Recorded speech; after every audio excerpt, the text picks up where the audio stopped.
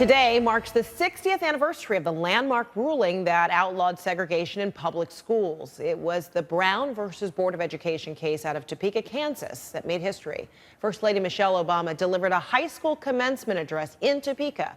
She said some segregation remains. Today, by some measures, our schools are as segregated as they were back when Dr. King gave his final speech. And as a result, many young people in America are going to school largely with kids who look just like them. And too often, those schools aren't equal, especially ones attended by students of color, which too often lag behind, with crumbling classrooms and less experienced teachers. All right, joining me now from Connecticut, Steve Perry, who founded a charter school in one of the state's lowest performing school districts. And since 2006, the founding of that school, it has sent 100% of its high school graduates to four-year colleges. He's also written several books, including the acclaimed Raggedy Schools. Steve, good to see you. Nice to see you, Frederica. Okay, so how much of what the First Lady said do you agree with, that there are still disparities, inequities?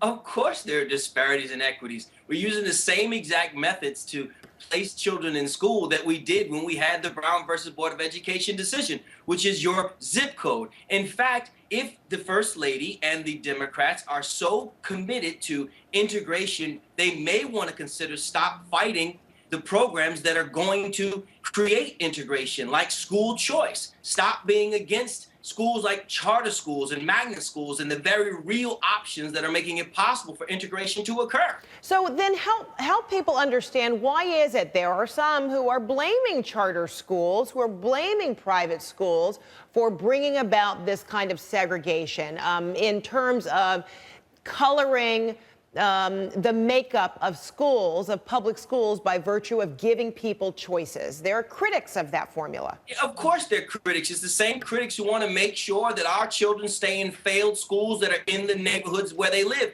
so that they can maintain their jobs and maintain the status quo. Charter schools are schools of choice in the same way that historically black colleges and other colleges and universities are schools of choice. And so if you go to that school, in most cases, what you'll find in most charter schools, they're in some of the lowest performing school systems in America. However, this is not about charter schools. Charter schools educate 6% of Americans' children. So 94% of the children go to other schools. It's just a red herring. This is the Democrats being unwilling to stand up and say, you know what? We as Democrats in many situations are the people who head the school boards in these low-performing school systems. We're the mayors and the commissioners, and we're the individuals who keep the system in place. The problem is that we are more committed to adult issues than children's concerns. Okay, so when you say the problem being these adult issues as opposed to the children's concerns, does this speak to the fact that you're laying out the picture here that too many public schools are just simply not getting the resources, and it just turns out that the schools that are not getting the resources happen to be schools where the makeup is mostly of color?